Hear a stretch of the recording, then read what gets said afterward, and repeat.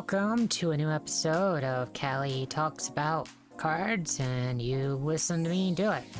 Today, we're going to be going through the patch 2.11 cards that have been revealed as of 6/26/2021, Rise of the Underworlds expansion, and what I think about them. So, let's get started. The first card we have here is the List. Cost 0, gives an enemy vulnerable. It's already vulnerable. Strongest ally starts a free attack challenge. I mean, it seems like it's a weird card. I don't know if it's going to see much play. Zero cost cards don't really get played that much. You're going to have a heavy vulnerable deck to be able to make this really work. So I don't see too much going on with this card. But it might. Could be wrong.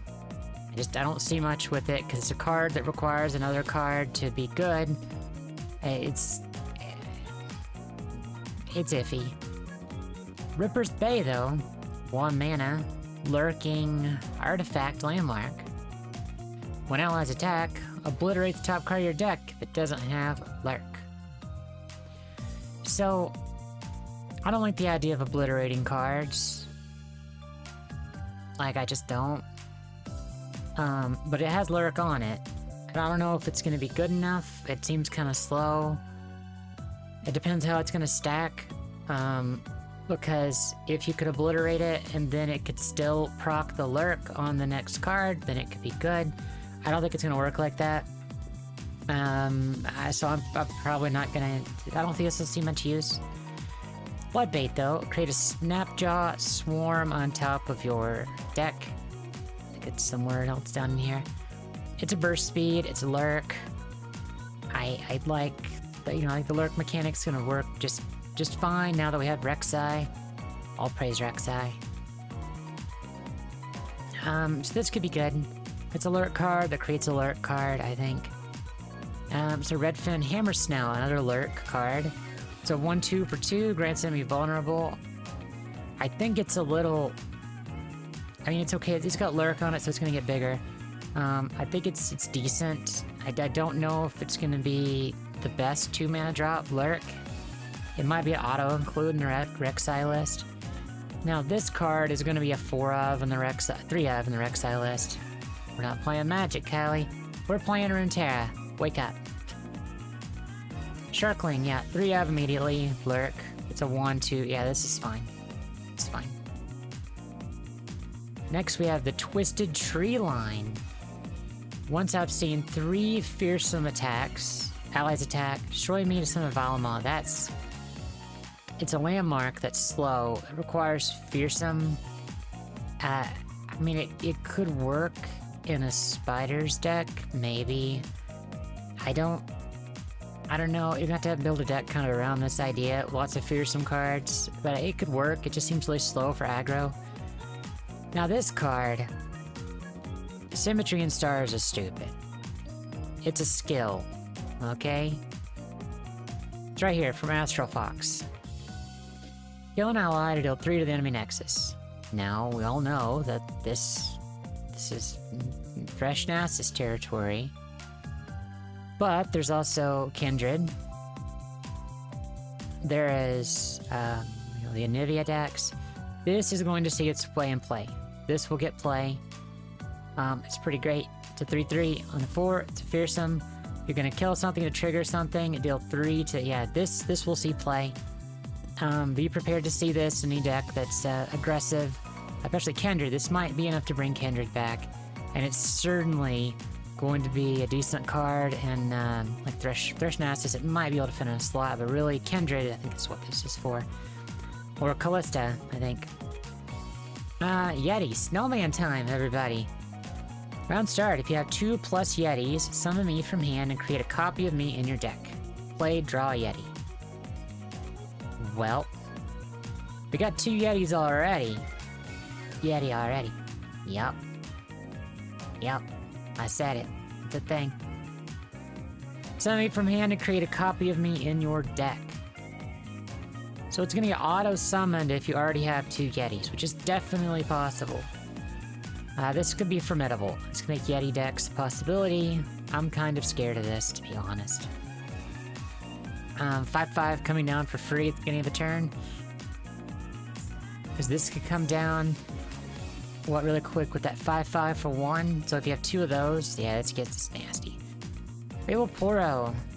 A 2/5 for 4. Can make the Poro decks.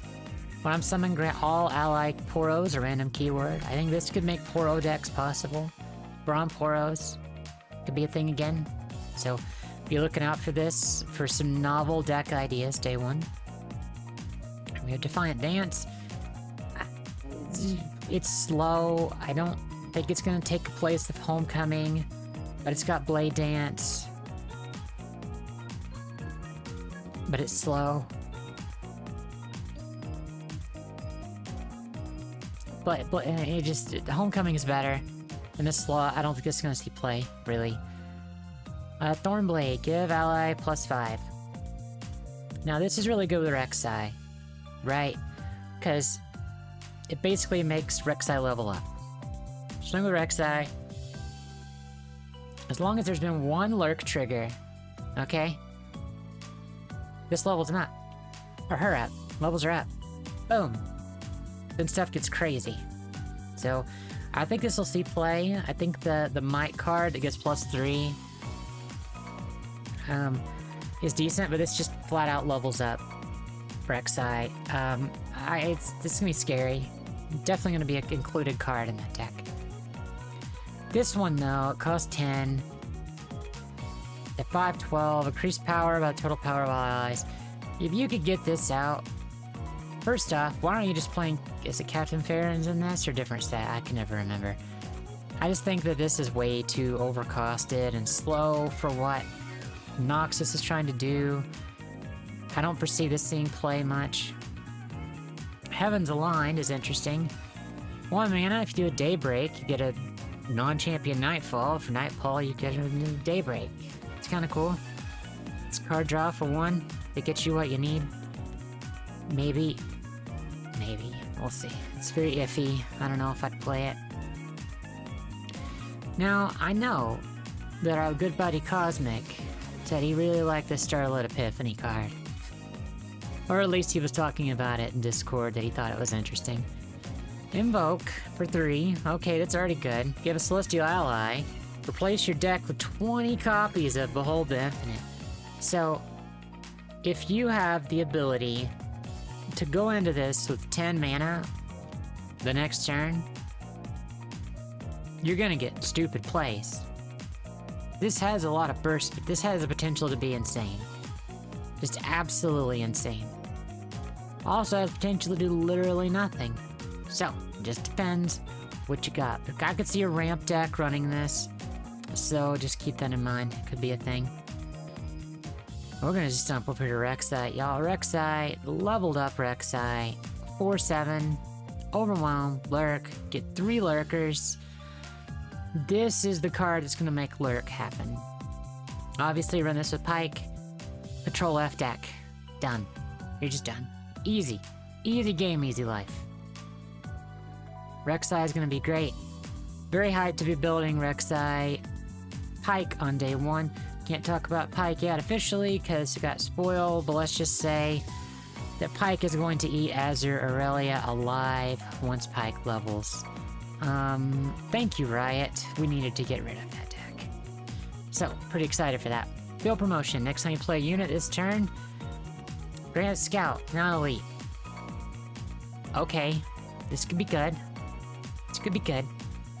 It's got a potential for Scouts. Give them an extra Scout. Okay. I do like this. To play, put a card from your hand on top of your deck.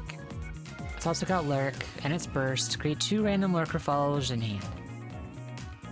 It's pretty good. Like, if you get enough Lurk cards, it's gonna be a 3 of. It allows you to draw, you can create Lurkers, like, it's great. It's a great card. I think it's gonna go really well in the Rek'Sai deck. Now this one's another reason that the Rek'Sai deck's gonna work. At Zerzarat the Undertitan. 2/6 Lurk for 5. But when it has 8+ power, give a Fearsome Overwhelm and Spell Shield when it attacks. So it's 8-6. All those things, that's crazy. That is game finishing power. And with all your other lurks, when you attack and you get all the lurk stuff, you lurk all the time, it's gonna happen pretty often in the lurk decks. So the problem with Rek'sai is the starting form. I've attacked with 10 plus power. Yup. A lot. Yup. So, as I said before, Thorned Blade. If you get a couple lurks off, plus Thorn Blade, you're gonna level up Rek'sai. And that's great. That's great. The bad side is round M placement in your deck. That's a problem. I'm a little concerned about that. I'm not gonna lie. I'm a little concerned. Little concerned. Do you hear me? I'm a little concerned. But if you get enough lurk stuff off, this is gonna be just a crazy card. Hero preparation. Play. Place a card from hand in your deck. Predict. Create an exact copy of the chosen card in hand. Yeah, it's pretty good. I think this will be... This might help Zillion become an actual deck. Maybe. Rek'sai Doombreaker, obviously, it's a great card. You could be doing Shurima, Bilgewater, because of Pyke.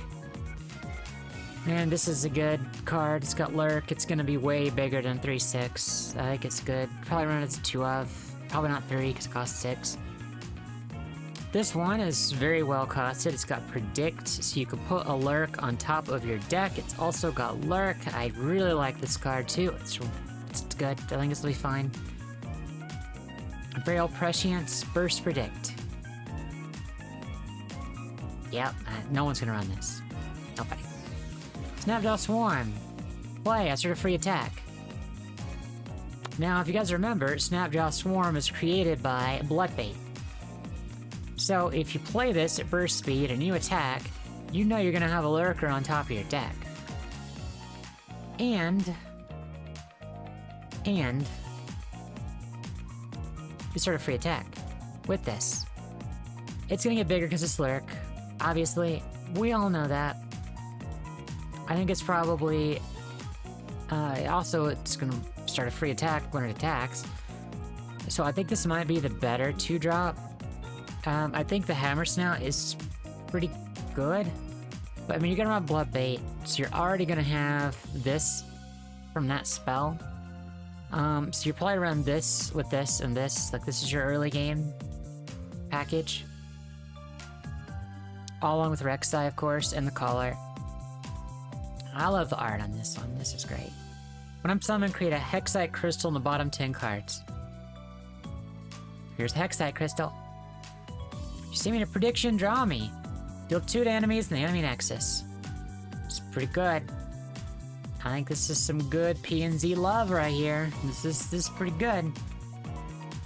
Problem is, in the bottom 10 cards of your deck, so the chance you're going to be able to actually get down to this is going to be really tough. But if you can get down to it, it's pretty powerful.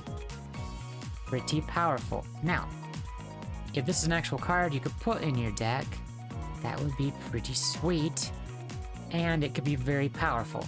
But I have a feeling it's only going to be from this. So overall, I think that the major cards so far, we got obviously Rek'sai, the Yeti. So top 5 cards in no particular order. Astro Fox, Funnel Guardian, definitely going to see play in competitive. Rek'sai, absolutely. Zerzareth, and last but not least, a guaranteed card to see play. Let's see. I mean, just got the lurk.deck. Like, if we take out the lurk mechanic, I mean, really, just all the lurk stuff together. Pyke. We'll say Pyke, because Pyke's not revealed yet. By the time you watch this, it'll probably be there. Alright, chat, thanks for watching. I appreciate you guys stopping by today. Consider liking this video if you liked it. If you want me to talk about the cards more, like this, great. Just let me know. I'd love to know. Consider checking me out on twitch.tv/CaliChronicles and visit me all the links below. That's all for me for today. Have an awesome rest of the day, and I will talk to you guys next time. Hey friend, thanks for watching that video. If you'd like to watch other videos from me, click the links on screen right now. Or if you would like to visit me in any of my other portals, check the links in the description below, and consider watching me on twitch.tv/CaliChronicles, where I live stream all the time. Thanks again, and I hope you have an awesome rest of the day. Bye for now.